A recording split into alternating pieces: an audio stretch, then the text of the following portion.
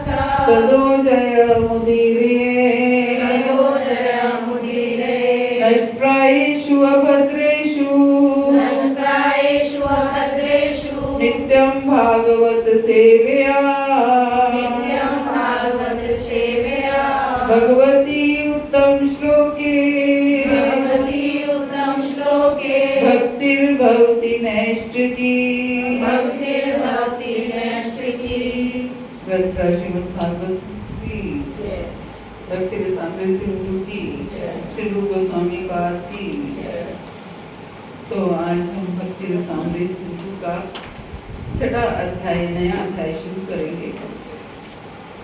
कि अभी तक हमने पिछली क्लास में पढ़ा, पहले मुक्ति से भी पढ़कर भक्ति, और फिर पिछली क्लासेस में पढ़ा भक्ति की शुद्धता, कि भक्ति कैसे शुद्ध हो, शुद्ध भक्ति क्या होती है, भक्ति में शुद्धता हम कैसे ला सकते हैं। और भक्ति में शुद्धता तो लाएं।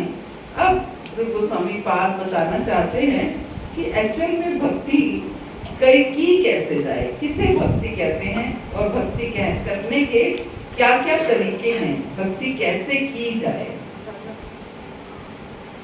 तो कोई हमसे पूछे कि भक्ति कैसे की जाए तो हम क्या जवाब देंगे?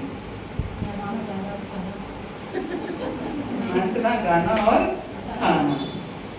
सही बात है, हमें तो कृपा ने यही दिया है, नाचना, गाना और खाना, बस और कुछ नहीं करना है ना। तो लेकिन रूप गोस्वामी पाद ने भक्ति के 64 गुण दे दिए हैं, 64 अंग बताए हैं, गुण नहीं अंग बताए हैं। तो वो भी हमें फॉलो करने हैं, वो भी समझने हैं। तो आप सब यही कहते हैं कि नाचना, गाना और खाना ही भक्ति है क्या?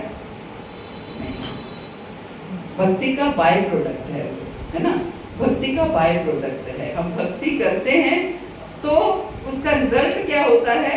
नाचना, गाना और खाना, है ना। लेकिन भक्ति का के जो भक्ति कैसे की जाए, भक्ति की क्या तरीके हैं करने के, वो बताए हैं रूप गोस्वामी पाद ने। तो क्या क्या हो सकते हैं बताइए? नवदा भक्ति तो है, श्रवण कीर्तन स्मरण पाद सेवन अर्चना वंदन साक्ष्यम दास्यम आत्मनिवेदन। और रूप गोस्वामी पाद ने तो बहुत कुछ बताया है। भक्तों का संग, ये भी भक्ति का एक अंग है। और गुरु परंपरा, ये सबसे बड़ा अंग है, सबसे मुख्य अंग है कि हमें गुरु पद आश्रय धारण करना है। ऐसे हवा में भक्ति नहीं करनी है, अपने मनमाने ढंग से भक्ति नहीं करनी है, गुरु पद आश्रय ग्रहण करके तो भक्ति करनी है। बहुत से लोग कहते हैं कि भक्ति तो हम ऐसे भी कर सकते हैं, तो गुरु धारण करने की क्या आवश्यकता है। लेकिन रूप गोस्वामी पाद कहते हैं कि बिना गुरु के हम कभी भी स्थिर नहीं हो सकते, गुरु से ही हमें स्थिरता आती है। जो लोग भी गुरु पाद आश्रय जिन लोगों ने भी धारण किया है, तो वो इस बात को महसूस करते होंगे कि जब से दीक्षा हुई एक फिक्सेशन आ गई कि अब हमें यही ट्रैक फॉलो करना है। अदरवाइज क्या है, कोई कभी भी हम कहीं भी भटक सकते थे। तो गुरु पाद आश्रय जो है भक्ति का मुख्य अंग है। और कल वहाँ पे महाराज जी ने, गुरु जी ने बहुत अच्छी बात बताई ना कि गुरु मतलब परंपरा, ना केवल एक व्यक्ति। गुरु का मतलब परंपरा, ना कि केवल एक व्यक्ति। अगर हम गुरु पद आश्रय धारण करते हैं कि हम ये नहीं कि हम एक गुरु से जुड़ गए हैं, हम पूरी परंपरा से जुड़ गए हैं। वो हमें पूरा परिवार मिल गया है। जैसे हम कहते हैं ना कि आपके पिछले पूर्वज क्या है, वो हमारे पूर्वज हैं, है ना, हमारे पूर्वज हैं। अकेले गुरु के से जहाँ दीक्षा लेते हैं वहां भी गड़बड़ हो सकती है, वहां भी कुछ नहीं पता क्या होने वाला है।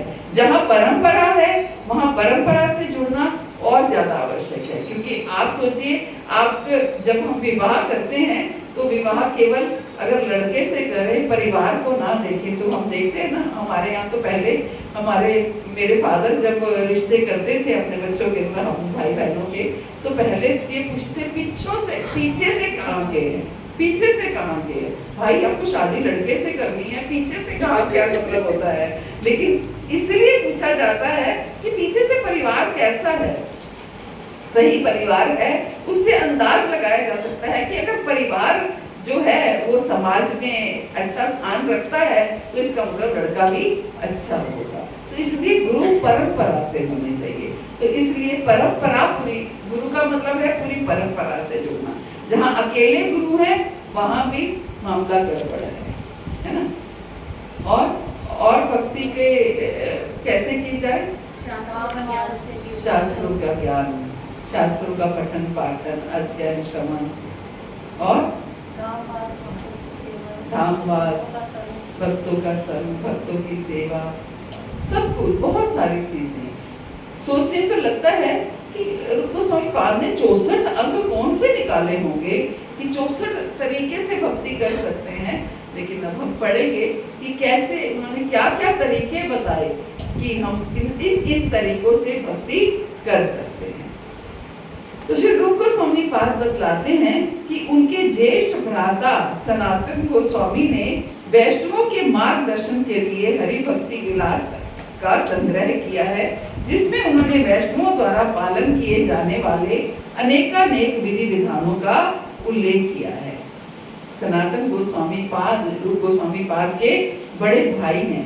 उन्होंने क्या है, हरि भक्ति विलास जो है उसका वो लिखा है और उसमें वैष्णवों द्वारा पालन किए जाने वाले कई विधि विधान लिखे हैं और इनमें से कुछ बहुत महत्वपूर्ण और प्रमुख हैं जिनका उल्लेख रूप गोस्वामी हम सबों के लाभ के लिए अब करने जा रहे हैं। तो रूप गोस्वामी ने ये जो भक्ति के 64 अंग लिए हैं, एक तरह से ये हरि भक्ति विलास जो कि सनातन गोस्वामी की हैं उनमें से कुछ अंश लिए हैं।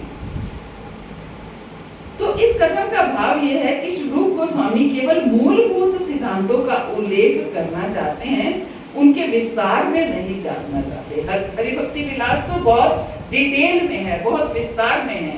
तो रूप गोस्वामी पाद ने थोड़ा संक्षेप में इसको हमें वर्णन किया है। उदाहरण के तौर पे एक मूलभूत सिद्धांत ये है कि मनुष्य को कोई गुरु स्वीकार करना चाहिए, किंतु वह अपने गुरु के आदेशों का किस तरह पालन करता है ये उसका विस्तार माना जाता है। सिद्धांत क्या है कि मनुष्य को गुरुपद आश्रय धारण करना चाहिए। तो रूप गोस्वामी पाद ने केवल यही बताया है कि गुरुपद आश्रय धारण करना चाहिए, लेकिन सनातन गोस्वामी पाद ने क्या बताया है कि गुरुपद आश्रय धारण करके क्या करना चाहिए, कैसे गुरु की आज्ञा का पालन करना चाहिए, कैसे गुरु की सेवा करनी चाहिए, कैसा व्यवहार होना चाहिए गुरु का शिष्य के प्रति और शिष्य का गुरु के प्रति, ये सब कुछ उन्होंने हरि भक्ति विलास में बताया है।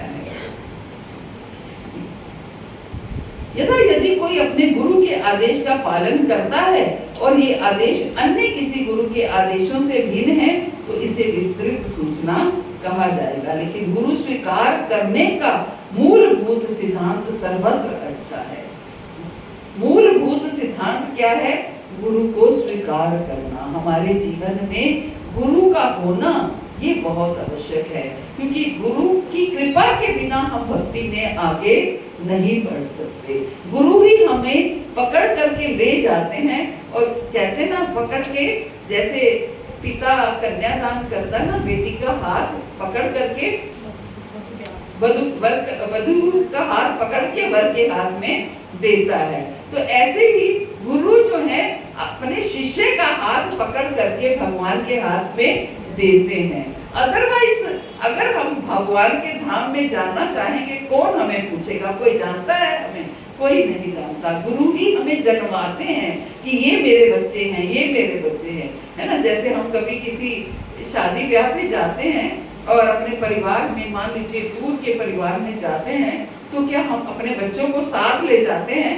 तो बच्चों को कोई जानता है क्या? हम बच्चों को जन्माते हैं, ये मेरी बेटी है, ये मेरा बेटा है, ये मेरे ताऊ जी हैं, ये मेरे फूफा जी हैं, है ना? कितनी दूर दूर के परिवारों को हम अपने बच्चों को उनके साथ इंट्रोड्यूस कराते हैं, क्योंकि गैप हो जाता है। तो ऐसे ही भगवान हमें नहीं जानते हैं, भगवान अपने निज जनों को जानते हैं, अपने प्रिय जनों को जानते हैं, जो पूर्ण रूप से समर्पित हैं, जो पूर्ण रूप से शरणागत हैं, जिन्होंने अपने जीवन समर्पित कर रखे हैं, भगवान उनको जानते हैं। हम तो एक छोटा मोटा काम करने वाले हैं, छोटी मोटी सेवा करने वाले हैं, तो कहाँ जानेंगे। लेकिन हाँ, गुरुजन अगर हमारा हाथ पकड़ करके ले जाएंगे तो अवश्य जानेंगे।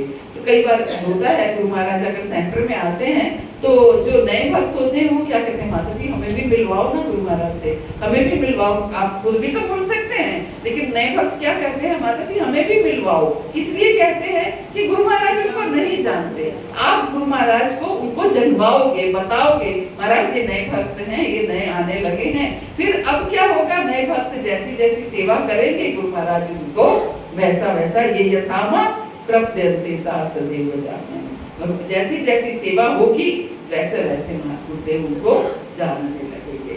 ऐसे ही भगवान के साथ है। तो भगवान, हम सब नए हैं तो हमें भगवान नहीं जानते हैं, कच्चे छोटे भक्त हैं। तो भगवान जब गुरुदेव हमें लेकर के जाते हैं तो भगवान हमें जानने लगते हैं। फिर भगवान हमारा धीरे धीरे प्रेम देखते हैं, हमारी सेवा देखते हैं, तो अपने आप भगवान फिर हमारे लिए रास्ते बनाते चले जाते हैं। तो लेकिन गुरु स्वीकार करने का मूलभूत सिद्धांत सर्वत्र अच्छा है, भले ही विस्तार पृथक पृथक हो। श्री रूप गोस्वामी यहाँ विस्तार में ना जाकर हमारे सामने केवल सिद्धांत प्रस्तुत करना चाह रहे हैं। अब 64 अंग बताए हैं रूप गोस्वामी पाद ने कि भक्ति कैसे की जाए। उन 64 अंगों में भी उन्होंने पहले 10 अंग जो हैं वो मुख्य अंग बताए हैं। 64 में से हिस्सों में आप देखेंगे बड़ी बाइफरकेट करके दिया है। 10 पहले बताए हैं, 10 फिर बताए हैं, और फिर 44 दोबारा बताए हैं।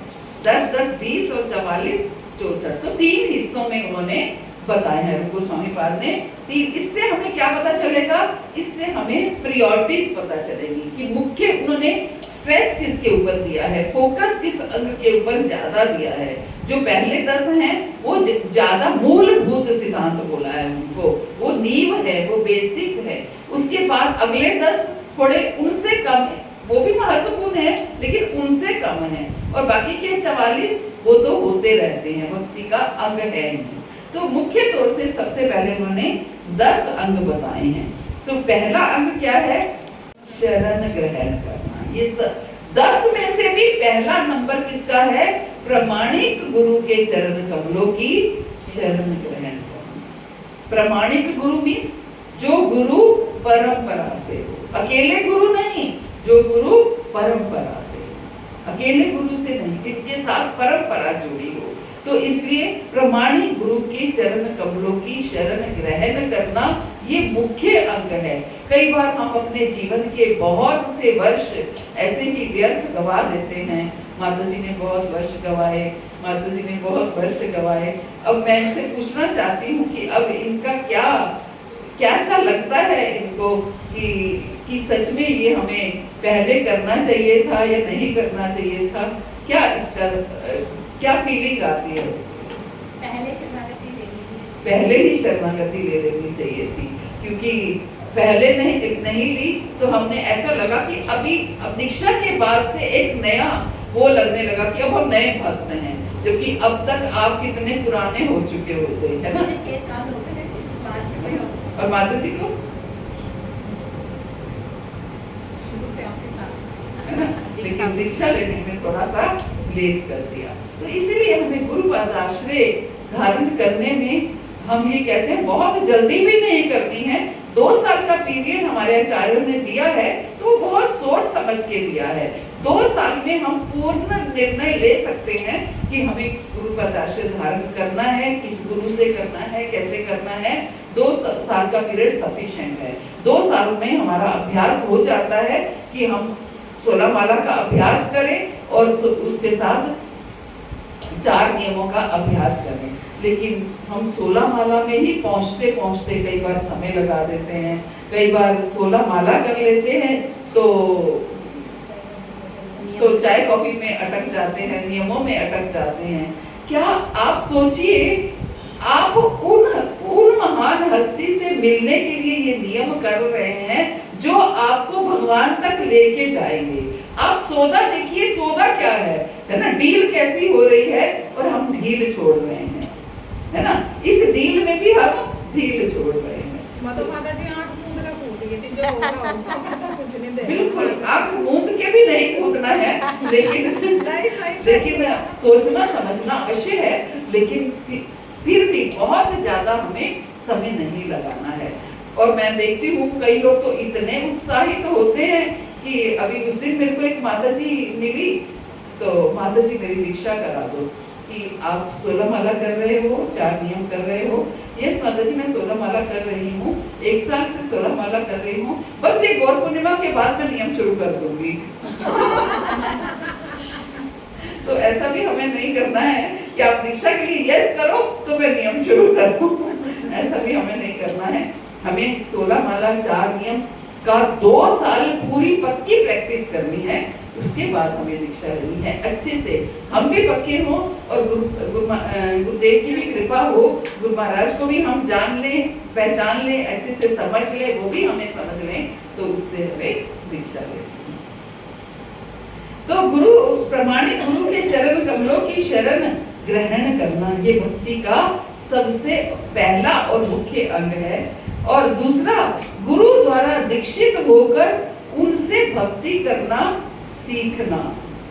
ये नहीं कि हमने दीक्षा तो ले ली और दीक्षा लेकर आराम से घर बैठ के भाई अब तो दीक्षा हो गई, अब क्या करना है।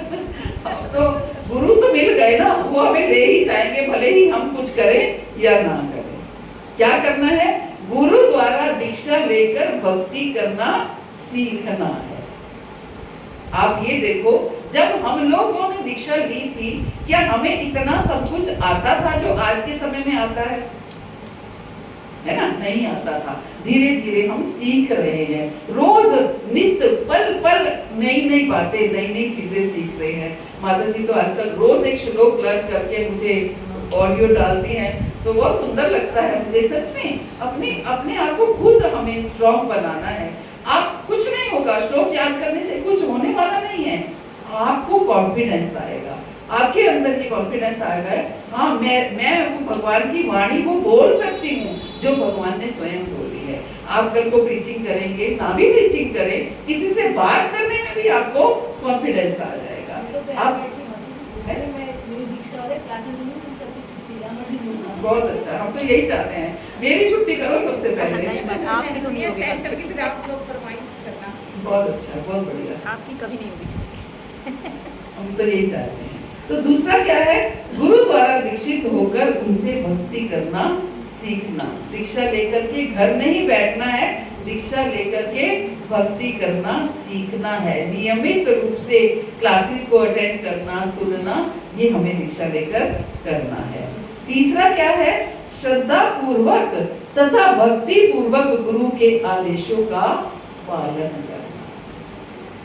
श्रद्धा पूर्वक तथा भक्ति पूर्वक गुरु के आदेशों का पालन करना। गुरु कोई भी आदेश नहीं, ये मत सोचिए कि गुरु ने हमें थोड़ी कहा है, वो तो उन्होंने वॉइस नोट भेजा था ग्रुप में, हमें थोड़ी कहा है। वो वॉइस नोट हम सबके लिए है। वो जो आदेश गुरु महाराज ने दिया है कि शुक्रवार रिट्रीट पे सबको आना है, तो वो सबके लिए है, केवल मेरे लिए या आपके लिए या किसी एक व्यक्ति के लिए नहीं है, वो सबके लिए है। गुरु के आदेशों का, गुरु की आज्ञाओं का पालन करना भी सीखना है। ये भी भक्ति का मुख्य अंग है। चौथा क्या है? गुरु के निर्देशानुसार। देखिए पहले 10 में आप देखिए 5 तो गुरु के साथ ही कंसर्न है। गुरु के निर्देशानुसार महान आचार्यों के पद चिन्हों पर चलना।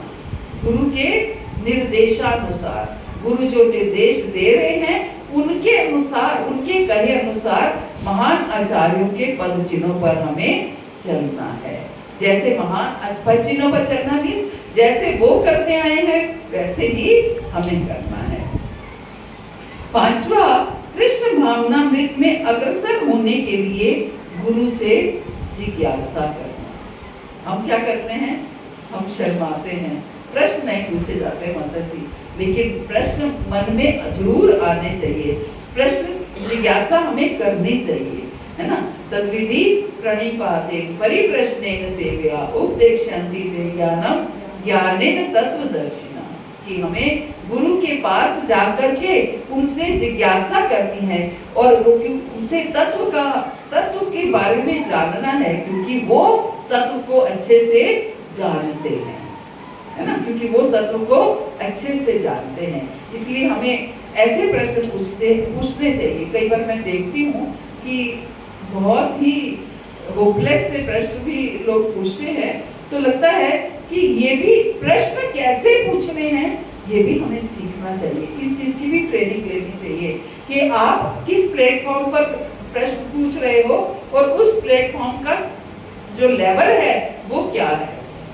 मैं ये नहीं कह रही हूँ, आप ये सोचिए कि अगर आप गुरु महाराज के सामने बैठ करके प्रश्न पूछने का आपको अवसर मिला है और आप गुरु महाराज से ये पूछेंगे कि महाराज एकादशी कब है,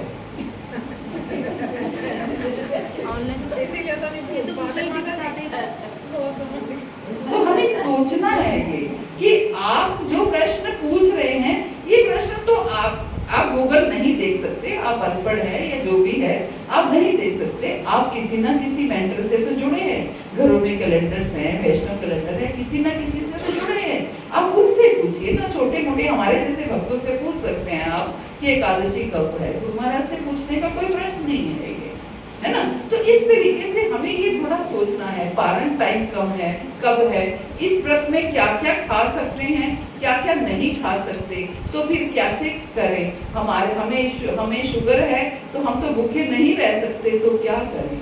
प्रश्नों का स्टैंडर्ड हमें थोड़ा समझ रहे हैं ना मेरा क्या मैं कहना चाह रही हूँ। मैं ये नहीं कह रही हूँ कि आप ऐसे प्रश्न मत पूछिए, लेकिन ऐसे प्रश्न आप अपने मेंटर से भी पूछ सकते हैं, अपने साथ जो है ना उन भक्तों से भी पूछ सकते हैं। जरूरी नहीं कि गुरु महाराज से आपको ऐसे प्रश्न पूछने हैं, लेकिन अक्सर हम देखते हैं कि लोग ऐसे प्रश्न पूछते हैं।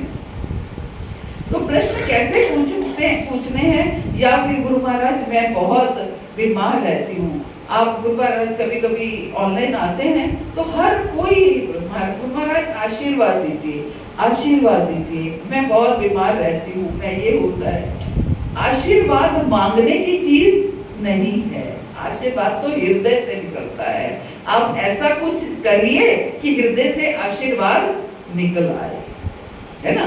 मांगेंगे तो वो तो आपके सिर पे हाथ रख ही देंगे, वो दे ही देंगे आशीर्वाद, लेकिन उस आशीर्वाद के फल में और जो उनके हृदय से आशीर्वाद निकलेगा उसके फल में क्या अंतर होगा ये आप अच्छे से समझ सकते हैं, है ना। हम ऐसा कुछ करें कि हमारे हृदय से आशीर्वाद निकले। जब आप अपने बड़ों की सेवा करते हैं तो बड़े लोग क्या करते हैं, खुश रहो, सुखी रहो, तूने मेरी बहुत सेवा की, तूने ऐसे किया। आशीर्वाद मांगने से भी वो आशीर्वाद देंगे और सेवा करने से भी वो आशीर्वाद देंगे, लेकिन दोनों आशीर्वादों के जो फल में वो बहुत अंतर होगा। इसलिए हम अगर आशीर्वाद प्राप्त करना चाहते हैं तो हमें सेवा करनी होगी, हमें कुछ ऐसा करना होगा जिससे कुछ ऐसा हो जाए कि अपने आप जो हमारे सीनियर्स हैं, जो हमारे आचार्यगण हैं, उनके मुख से अपने आप आशीर्वाद निकल आए। तो कृष्ण भावनामृत में अग्रसर होने के लिए गुरु से जिज्ञासा करना, ये 5वां अंग है। छठा क्या है, भगवान कृष्ण की तुष्टि के लिए किसी भी भौतिक वस्तु का परित्याग करने के लिए उद्यत रहना। हम तो चाय ही नहीं छोड़ सकते, तो कैसे भगवान कृष्ण की तुष्टि के लिए किसी भी भौतिक वस्तु को त्यागने के लिए तैयार रहना। हम जानते हैं भगवान को लहसुन प्याज पसंद नहीं है। कोई कह सकता है कि भगवान को लहसुन प्याज पसंद है, भगवान तो बिना लहसुन प्याज के खाते ही नहीं है, उनको स्वाद ही नहीं आता। कोई कह सकता है क्या? नहीं। हर कोई जानता है कि ये भगवान लहसुन प्याज के बिना विषाक्त खाना खाते हैं। हम किसी भी ब्राह्मण को अगर भोजन कराते हैं वो बिना लहसुन प्याज के खाता है। देवी देवता नवरात्रे आते हैं तो हम लहसुन प्याज छोड़ देते हैं कि देवी लहसुन प्याज नहीं खाती, तो क्या भगवान लहसुन प्याज खाते हैं? श्राद्धों में भी नहीं खाते है ना, श्राद्धों में पितरों को लहसुन प्याज नहीं खिलाते, तो भगवान लहसुन प्याज खाते हैं। हम तो जो खाते हैं वही खिलाते हैं। तो this is not the way, है ना, भक्ति करने। ये मनमाने ढंग हैं। हम अपने दिल को थोड़ी तसल्ली दे रहे हैं कि हम भी कुछ करते हैं, तो ये करना कोई सही नहीं है। आजकल तो कई लोग ऐसे करते हैं कि हम तो बालाजी को मानते हैं, मंगलवार और शनिवार को प्याज लहसुन हम खाते ही नहीं। भगवान तो क्या मंगल और शनि को तो छूते ही नहीं है प्याज। तो भगवान कृष्ण की तुष्टि के लिए किसी भी भौतिक वस्तु का परित्याग करना। हम देखते हैं कि भक्त लोग जो है चतुर्मास में या कार्तिक में या पुरुषोत्तम में कितनी कितनी तपस्याएं करते हैं, जमीन पर सोना और ठंडे पानी से नहाना और भी कई कई तपस्याएं करते हैं। तो किसके लिए? भगवान कृष्ण की तुष्टि के लिए। क्या भगवान अपने बच्चों को कष्ट देकर के, तपस्या देकर के प्रसन्न होते हैं क्या? कि मेरा बच्चा जमीन पर सोए तो मैं बड़ा तुष्ट हो जाऊंगा, मेरा बच्चा भूखा रह जाए, एक टाइम खाएगा तो मैं खुश हो जाऊंगा। भगवान खुश होते हैं क्या? प्रसन्न करने के लिए करते हैं ना, भगवान जी तो नहीं खुश होते, लेकिन हम जो भक्त होते हैं शरीर को खुश करने के लिए मेरे भगवान प्रसन्न होंगे, मुझे ये करना चाहिए। अपने ये इजहारे मोहब्बत है। हम अपना प्रेम भगवान को दिखाते हैं इस माध्यम से कि हम आपके लिए कुछ भी कर सकते हैं। जैसे पति क्या कहता है, मैं तुम्हारे लिए मैंने तो ये शब्द देख रहे हैं आसमान से तारे तोड़ लाऊंगा। कोई लाता है पति? आज तक लाया कभी कोई किसी के लिए चांद से तारे? लेकिन पत्नी खुश हो जाती है कि मेरा पति ये कर सकता है, मेरे लिए कुछ भी कर सकता है। तो चांद पे जमीन मिल जाती है। तो इस तरीके से हमें भगवान के लिए अगर हम कुछ करते हैं तो भगवान इसलिए तुष्ट होते हैं कि ये मेरा बच्चा अब टोटली मेरा है, ये मेरे लिए कुछ भी करने के लिए तैयार है ना। तो भगवान कृष्ण की तुष्टि के लिए किसी भी भौतिक वस्तु का परित्याग करने के लिए उद्यत रहना, अर्थात कृष्ण की भक्ति करते समय हमें ऐसी वस्तु का परित्याग करने के लिए तैयार रहना चाहिए जिसे हम त्यागना ना चाहते हों। हम देखते हैं अक्सर कई बार चतुर्मास में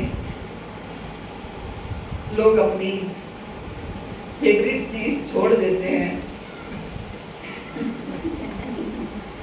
गीता माता जी पूरा महीना में वो मिटाएगा, तो अपनी फेवरेट चीज छोड़ देते हैं। तो लेकिन हमारे एक जानने वाले हैं और वो कहीं पता नहीं गया जी कहाँ जाते हैं, जो छोड़ के आते हैं, कुछ जाते हैं ना, तो वहाँ वो छोड़ना चाहते थे कि कुछ छोड़ के आऊंगा, तो छोड़ना कुछ और चाहते थे।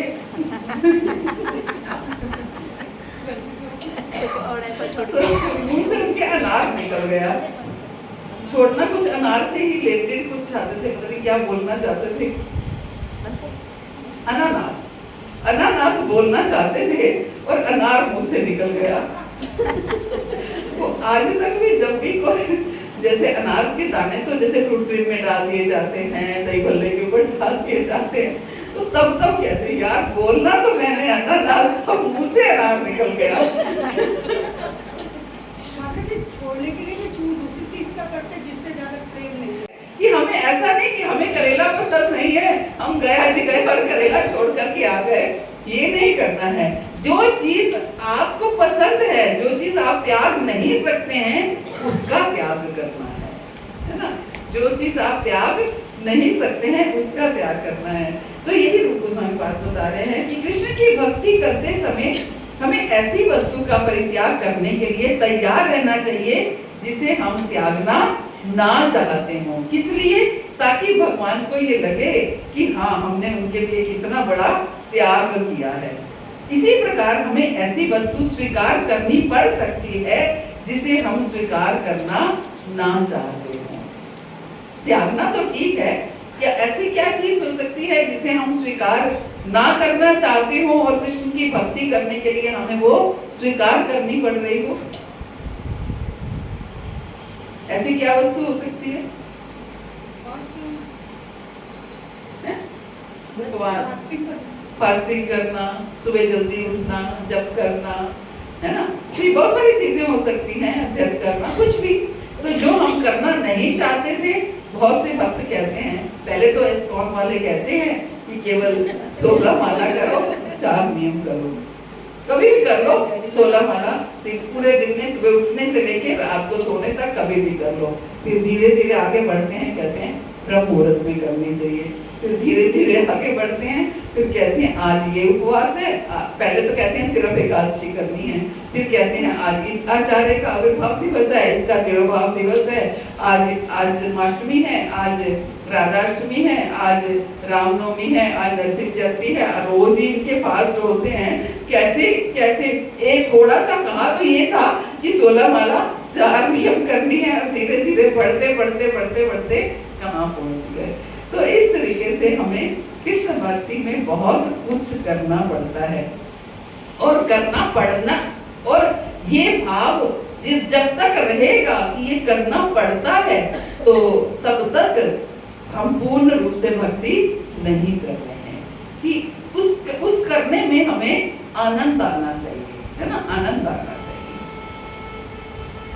आगे कहते हैं 7वां अंग, द्वारका या वृंदावन जैसे पवित्र तीर्थ स्थलों में वास करना।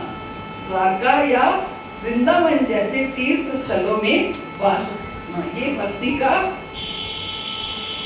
7वां अंग है कि हमें द्वारका या वृंदावन जैसे तीर्थ स्थलों में वास करना चाहिए। तो द्वारका तो बहुत दूर है हमारे लिए, लेकिन हम सब बहुत भाग्यशाली हैं कि वृंदावन बहुत पास है, और माता जी तो अभी वास करके आई हैं। तो ऐसे सबको अवसर ढूंढना चाहिए और ऐसे मित्र बना लेने चाहिए जो वास करवा दें, हमें पकड़ कर ले जाए और वास करवा दें, है ना। बहुत अच्छा, बहुत अच्छा। तो ये भी भक्ति का सुंदर अंग है। और 8वां अंग, केवल आवश्यक वस्तु को स्वीकार करना अथवा भौतिक जगत की आवश्यकता अनुसार संबंध रखना। आसान है क्या? इसी के पीछे बहुत कहा सुनी हो रही है आजकल की, हमसे कांटेक्ट भी रखते हैं, हमसे मतलब भी रखते हैं, कैसे हो गई है। केवल आवश्यक वस्तु को स्वीकार करना। कितने जोड़ी कपड़े चाहिए रहने के लिए? बहुत सारी चाहिए। वैसे चाहिए तो 2 जोड़ी, लेकिन आपके हिसाब से बहुत चाहिए, 3 जोड़ी चाहिए, एक नाइट। चलिए ये भी मान लिया, जितने कलर बनाए हैं भगवान ने सारे कलर होने चाहिए, तो ठीक है। कितने कलर हैं भगवान ने, कितने बनाए हैं? क्या कोई भी कलर रिपीट नहीं हो रहा क्या आपके पास? डबल हो गए, कई होंगे, फिर भी मन नहीं पड़ता है, फिर भी चाहिए और चाहिए, है ना। तो कहाँ आवश्यकता के अनुसार हम सामान खरीदते हैं, बस होना चाहिए, होना चाहिए, ये भी होना चाहिए, ये भी होना चाहिए, ये भी होना चाहिए। फिर इसी उलझनों में हम उलझे रहते हैं।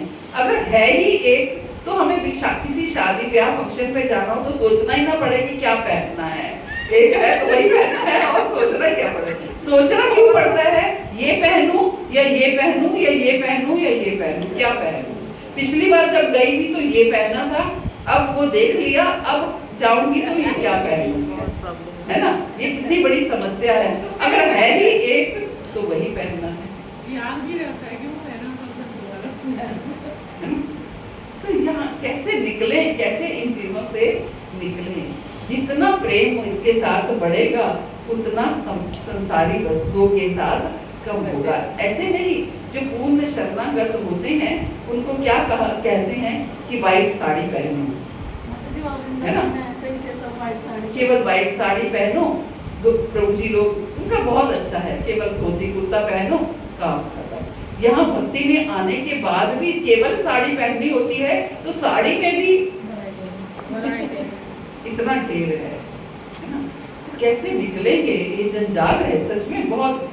कपड़ों का तो सबसे बड़ा जंजाल है, तो इस जंजाल से निकलना है हमें। सब कैसे निकल सके ये हमें देखना है, अपने अपने तरीकों से हम कैसे निकल पाए ये हमें देखना है। गुरु गोस्वामी पाद हमें अलर्ट कर रहे हैं कि केवल आवश्यक वस्तुओं को स्वीकार करना अथवा भौतिक जगत से आवश्यकता अनुसार संबंध रखना, भौतिक जगत से आवश्यकता अनुसार संबंध रखना, जितनी आवश्यकता हो भौतिक जगत से उतना ही संबंध रखना, जरूरत से ज्यादा, आवश्यकता से ज्यादा हमें संबंध नहीं रखना। हम सब ने अपने घरों में अपने संबंधियों के साथ, अपने रिश्तेदारों के साथ जो संबंध है, कैसे संबंध होते हैं ये हम अच्छे से जानते हैं।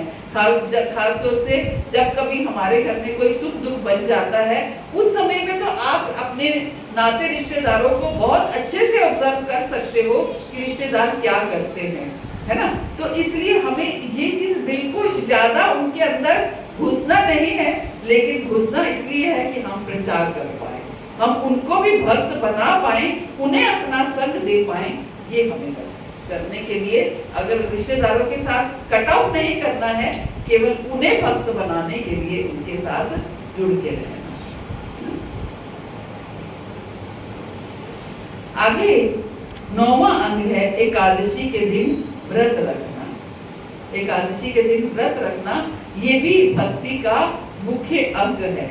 लेकिन हम व्रत तो करते हैं, लेकिन व्रत का लेवल कैसा होना चाहिए ये थोड़ा सा हमारा कभी कभी बहुत डाउन हो जाता है, तो उसको थोड़ा सा हम बढ़ा सकते हैं, अपने शरीर की अनुसार बढ़ा सकते हैं।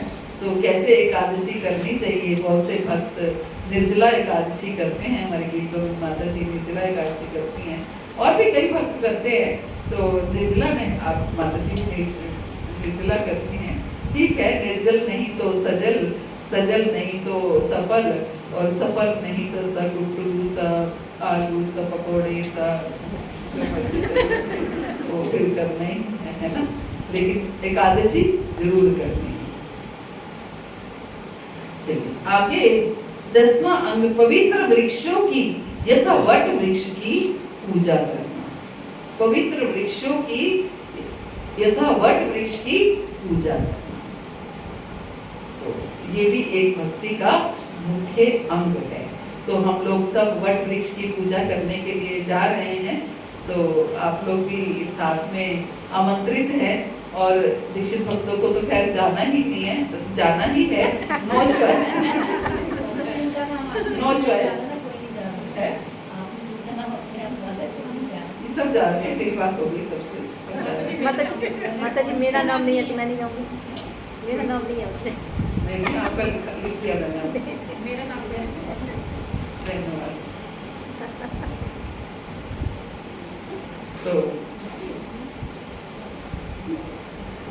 तो पवित्र वृक्षों की यथा वट वृक्ष की, ये संसार का सबसे बड़ा वट वृक्ष है। और ऐसा बड़ा मुझे वैसे उस दृष्टि से नहीं पता है, लेकिन उस दृष्टि से कि ये वो वट वृक्ष है जिसके नीचे पहली बार भागवतम सुनाई गई, तो सोचिए कैसा वट वृक्ष होगा। तो सब लोग चलिए, जो लोग जा चुके हैं वो अच्छी बात है, फिर दोबारा भक्तों के संग चलिए, तो वहाँ वो देखने को, वहाँ दर्शन करने को, भक्तों का संग कथा, वहाँ पहली बार भागवतम वहीं सुनाई गई थी, जब सुखदेव गोस्वामी परीक्षित महाराज को भागवतम सुना रहे थे, तो वो गंगा का किनारा और वट वृक्ष के नीचे बैठ करके वो भागवतम सुनाई गई। तो ये बहुत सुंदर है। तो ऐसे वट वृक्ष की पूजा करना ये भक्ति का अंग है। विधिवत भक्ति आरंभ करने के लिए इन 10 प्राथमिक बातों की आवश्यकता होती है। यदि प्रारंभ में नव दीक्षित भक्त उपयुक्त 10 नियमों का पालन करता है, तो निश्चित रूप से कृष्ण भावना में प्रगति करेगा, है ना। प्रारंभ में अगर इन 10 अंगों का ध्यान रखता है, इन 10 बातों की आवश्यकता होती है शुरू में, अगर इन 10 बातों की का ध्यान रखेगा तो वो अवश्य प्रगति करेगा। और इसके अतिरिक्त अगले 10 क्या बता रहे हैं। पहला, अभक्तों की संगति का दृढ़ता पूर्वक परित्याग। इसके ऊपर तो हमने आज पूरी क्लास करी थी कि कैसे अभक्तों की संगति का परित्याग करना है। किसने किसने सुनी क्लास? समझ में आई? तो कैसे परित्याग करना है? संगति करते हैं क्या हम भक्तों का संग? हाँ। करते हैं, हम सब करते हैं, करना ही पड़ता है। ये हमारे लिए नेसेसिटी है कि हमें भक्तों का संग करना पड़ता है, क्योंकि परिवार में रहते हैं, परिवार में हर तरह के लोग हैं, काम करने जाते हैं ऑफिस में या बिजनेस, जो भी हम करते हैं हर जगह पे भक्तों का संग तो हमें करना ही पड़ता है। लेकिन वो संग कैसा होना चाहिए? किटी पार्टी वाला संग नहीं होना चाहिए। और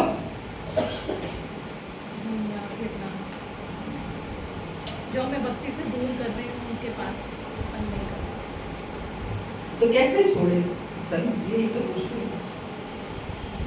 संग कैसे छोड़ना है, कैसे त्यागना है इस संग को? संग का अर्थ क्या होता है?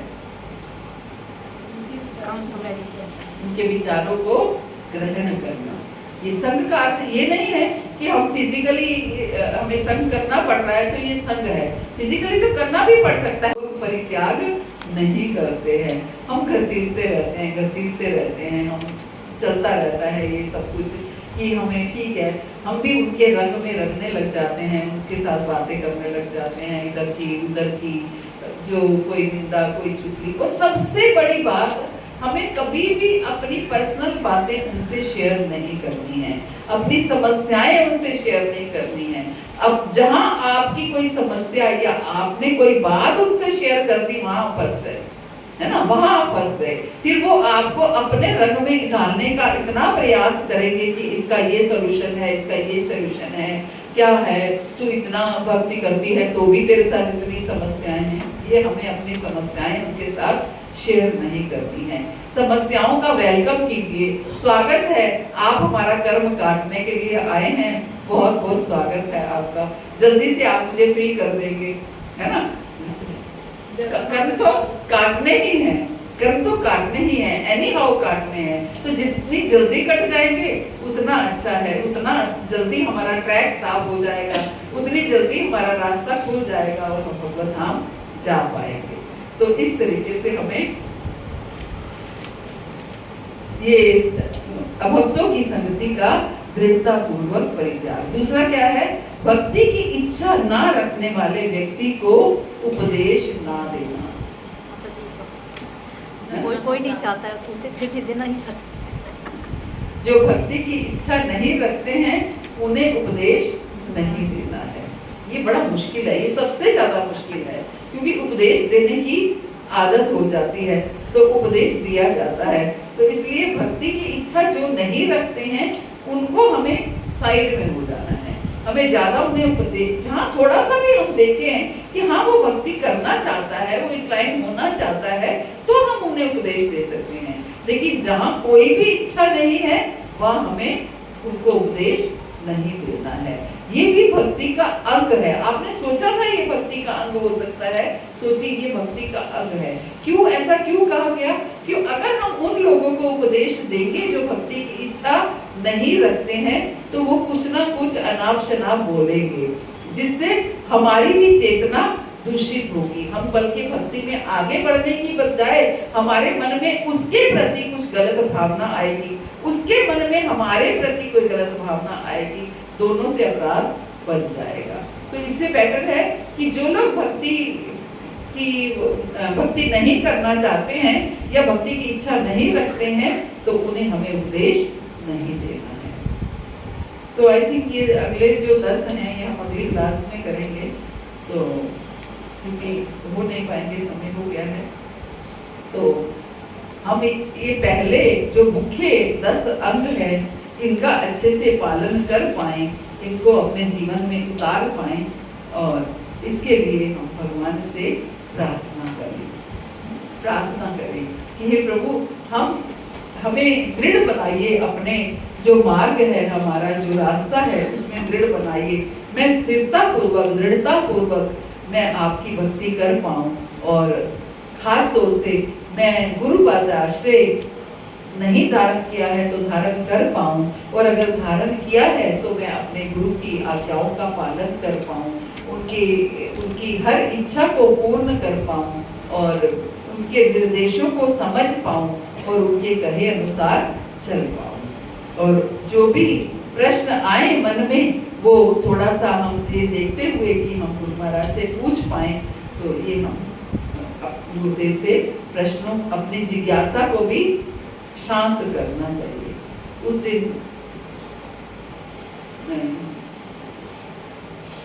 प्रश्न आप देखिए कि उस दिन गौर पूर्णिमा के प्रोग्राम में किसी ने प्रश्न पूछा कि